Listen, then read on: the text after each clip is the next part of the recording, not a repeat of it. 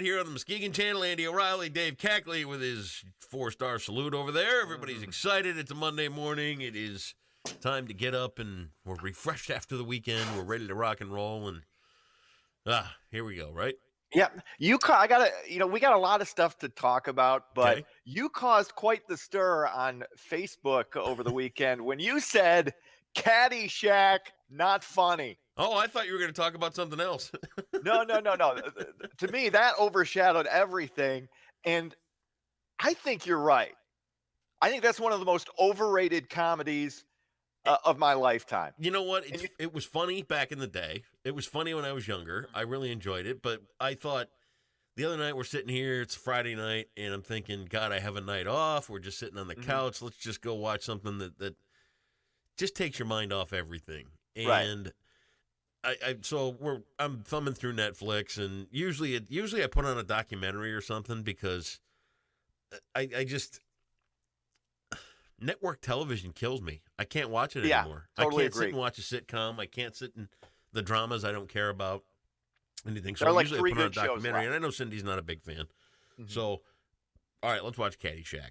Everybody, and it's not put together well. No. I get a kick out of seeing Rodney Dangerfield and Ted Knight because I thought they were Ted great. Knight, yes. But overall, it's just dated, and it's just lost its appeal. And maybe it's me. I don't know. No, it's not you. Okay. It's not you. And because if it's you, it's also me. And I think we represent pretty much everybody's opinion. So, no, I think you're absolutely right on this. Even when the first time I saw it, I remember when I was a teenager. So it would have been probably 88. And this was 8 years. It came out, I think, in 1980. And I'm watching this going, I like Bill Murray. I like Chevy Chase. I thought Dangerfield had his moments, but I don't recall a laugh out loud, hysterical gut punch, belly laugh out of anything in that movie. And it was, obviously you had extremely talented people.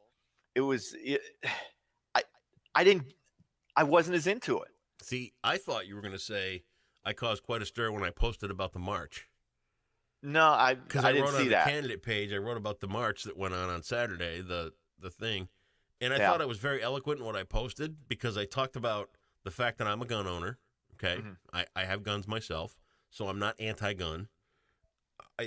I'm open to the discussion of some safer measures to get guns into people's hands. And I just think it's time to reopen the discussion of who and when and when you can get a gun. That's all I really said. And then at the end of That's reasonable. I also said that young people need to do a better job of taking care of their own because bullying still exists. These kids are snapping for some reason. And I watched a show last night called Take Your Pills on Netflix, which talked about this Adderall stuff, which seems to be that every kid that ever walks the face of the earth at this point right now is taking. And young people need to start looking out for each other. And that's the kind of way I wrapped up this whole post. And I'm going to tell you what, dude. If you want to go read something and watch people twist words and put words in people's mouth, go read that post on the candidate page. Okay. Everybody I've ever met that have known me since I was a kid, they all think I'm going to be one of the guys going door to door taking guns away. And it's like that's never going to happen. And what I'm really trying to push for here is can both sides just talk? Do we have to have that immediate reaction of oh my God, they're coming to take our guns away, or on the other side of the thing, oh my God, we should take everybody's guns away because they're just dangerous. And why does everything have to be that extreme?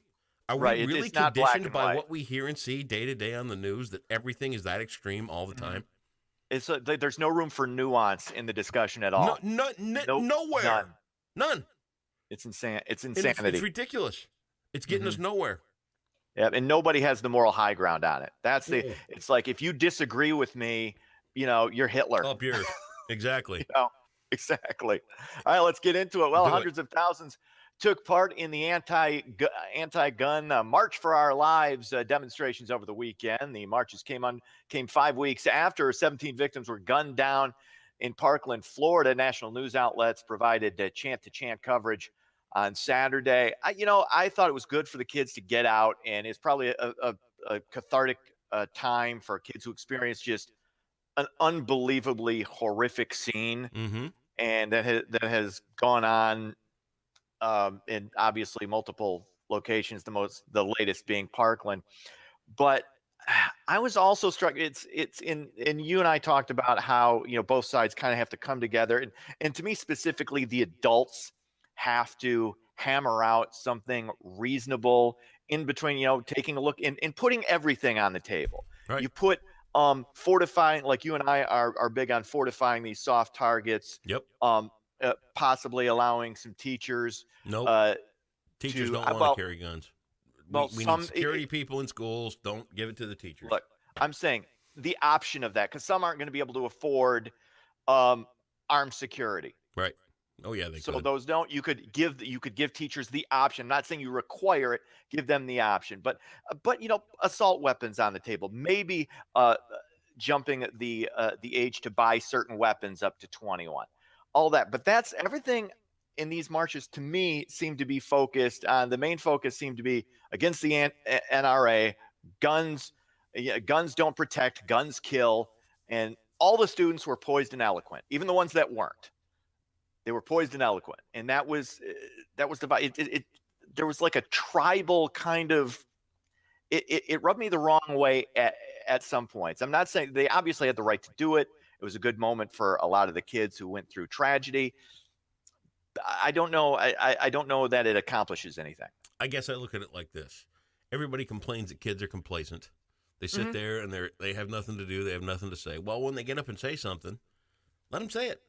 Right. You know what I mean? It's their input, and at least they're saying and doing something. Mm-hmm. Now, I'm the last guy in the world that thinks anybody should be getting their guns taken away. I'm the last guy in the world. I mean, you know me. I've got plenty of guns. You're more comfortable than I am. Huh? You're more comfortable around guns than I am, by far. That's because I've been taught well, and I know what they're for and what they do. Yeah. And at the end of the day, if you ever have to use one, it's a terrifying thing. But they are being used incredibly wrong in a lot of situations, and we need to rethink who's got access to these things. I mean, it's just, and it's never going to stop a criminal, period. No. So that argument is done. We know that you can't stop crazy. And if it's not a gun, it can be a car, it can be a knife, it can be a baseball bat, it can be anything. I mean, and for everybody just to immediately assume that they're coming for our guns and we're going to be stripped of it and it's going to turn into, another American death camp. Mm-hmm. That's just crazy thought. Absolutely. Just chill. Mm-hmm. And on the other side, and on the other side of this, the demonizing of people who own guns or who happen to like collecting guns. I mean, I don't get it. It's not my thing, but to kind of just gloss over all these people as being evil and just not caring about the lives of children, that's wrong too. I'm one of them. Right. Exactly. Just talk. Let's come try to find bit. something reasonable that everybody can agree on. Probably won't happen, but nope. We can at least hope. All right.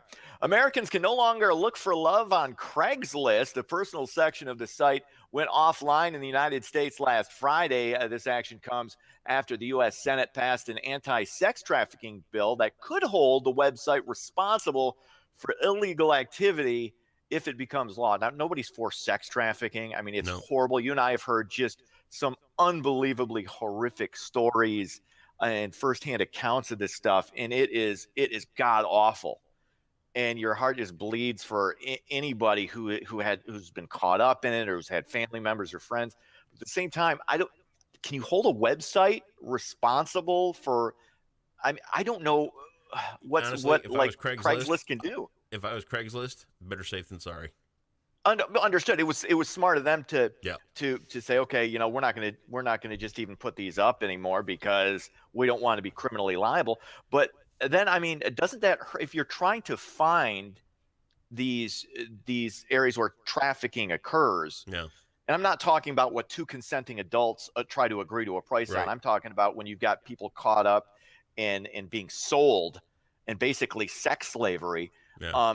it seems to me that you would want a Craigslist or some of these other websites. You'd want their assistance in trying to find these people out, because I think they could help as opposed to just shutting down these websites.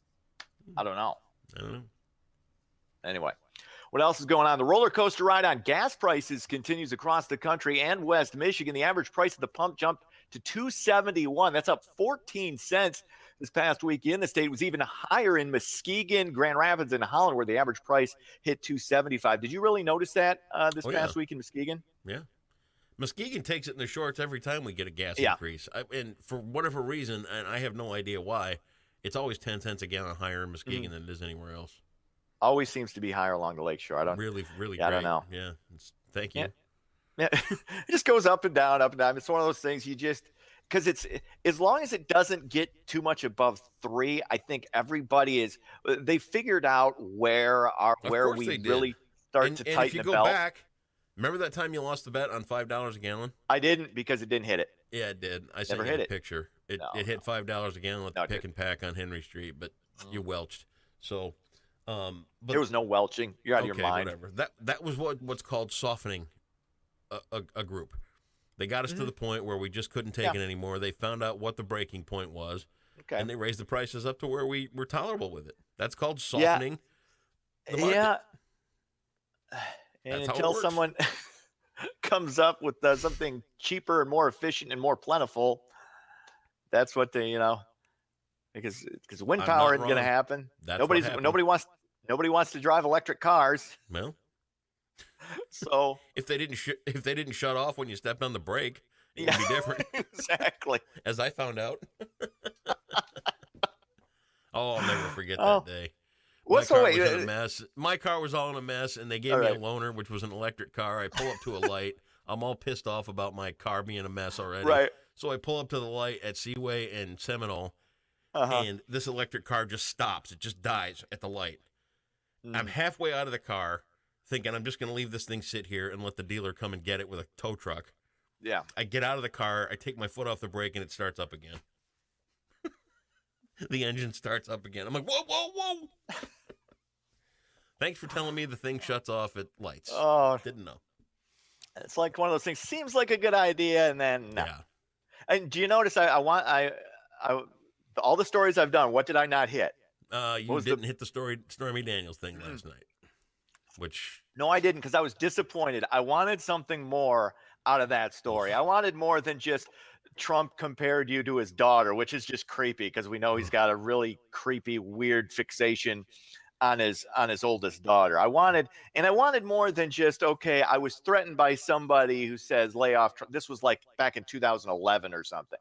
So you got to give me more than this, Anderson Cooper. Come on. No, you don't. I want some real meat. I want some real give me something that's gonna, that's gonna push the needle.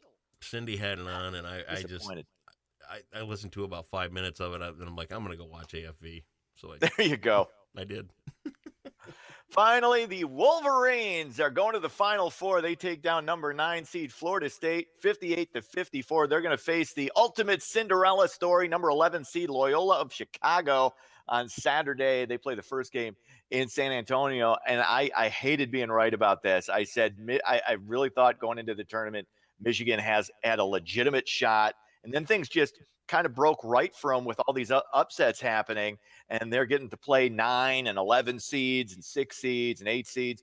And hey, they've taken advantage of it. And the scary thing is they've played one good game this tournament. They could roll into the Final Four. I think they're gonna bum rush Loyola of Chicago, and they got a really good shot at either the number 1 seed, whether they're playing Villanova or Kansas. I wouldn't want to play Michigan. Nice. So there you go. That's sports. Let's throw in a plug for Ferris too for picking up their big win. win. Yeah, congratulations, Ferris State. That was a big win for the Bulldogs. And yep. It's kind of funny how it all circled back, because we started off with Stripes. You brought up the Cinderella story out of nowhere. Yeah. Cinderella story. That wasn't Stripes. It was Caddyshack. Or Caddyshack. Yeah, my fault. Stripes is still a great, hysterically funny movie. Okay. So, well, we can get into that at a later date. Let's work on that. Have a great Monday, Dave. Yeah.